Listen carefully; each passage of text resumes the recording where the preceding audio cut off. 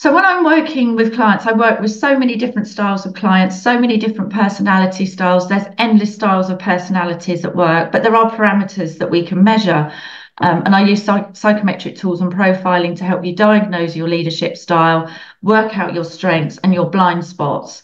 Now, what I often find is when I'm working with very driven, extroverted people that are task focused, which tends to be called a red energy. It's very red in terms of it can be quite dominant, very driven, very achievements focused, very results focused, which is great. There are many, many different ways in which you can lead today. It's not one size fits all.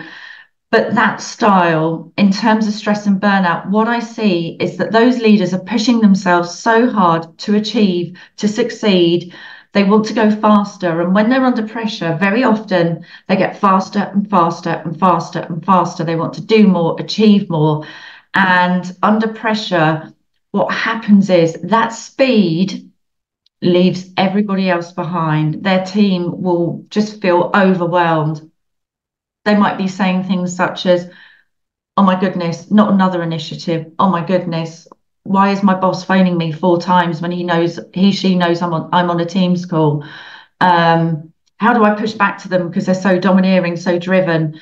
And if you're not careful with that style, that can actually, if it's left unchecked, veer into bullying. Actually, it can really, you're not thinking about other people. You're not thinking about your team. You're just going fast, fast, fast. Why don't they get it? Why don't they get it? Well, perhaps you haven't explained it properly to them, or they literally don't understand what you need from them.